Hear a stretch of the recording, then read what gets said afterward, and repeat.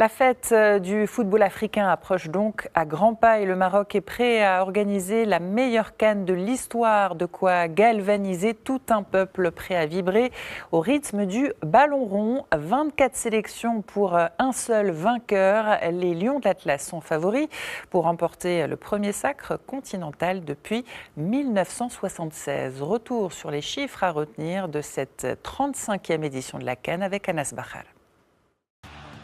Deuxième édition de la Coupe d'Afrique des Nations, organisée par le Maroc après 1988. Le Maroc est aujourd'hui le centre névralgique du football africain, mais il n'a plus accueilli la compétition depuis l'édition 1988, lors de laquelle les Lions de l'Atlas de José Mehdi Faria ont terminé au pied du podium. Depuis, le Maroc a connu des hauts et des bas, mais surtout, le royaume s'est transformé en un modèle du continent en termes d'infrastructures sportives, hôtelières et logistiques, le plaçant aujourd'hui parmi les mieux équipés au monde pour organiser cette 35e édition. 9 stades accueilleront les matchs de cette Coupe d'Afrique des Nations.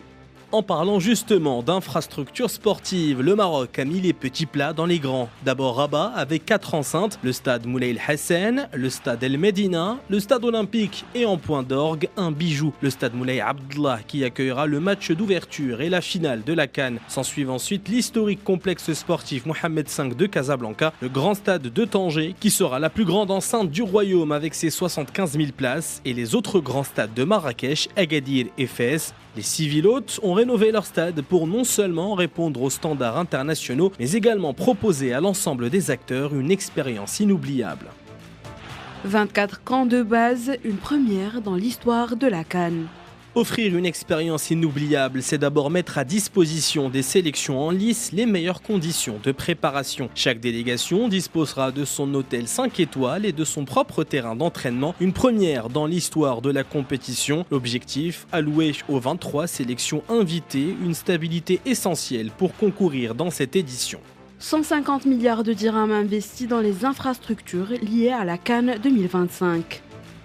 Dans ce chiffre colossal, il n'y a pas que les investissements liés au stade et aux autres infrastructures sportives. Dans une conférence en juillet dernier, le président de la FRMF, Fawzi Larja, affirme que ce chiffre représente la démarche cohérente et progressive du royaume pour préparer la Coupe du Monde 2030, garantissant ainsi un héritage durable ainsi qu'un développement optimisé des sphères sportives, économiques et territoriales du Maroc. Le dirigeant du ballon rond national veut surtout mettre en avant une démarche intégrée fondée sur des financements innovants pour assurer un développement territorial durable tout en renforçant le rayonnement sportif et économique du royaume avec sur le court terme la CAN 2025 et sur le long terme le Mondial 2030 co-organisé avec l'Espagne et le Portugal.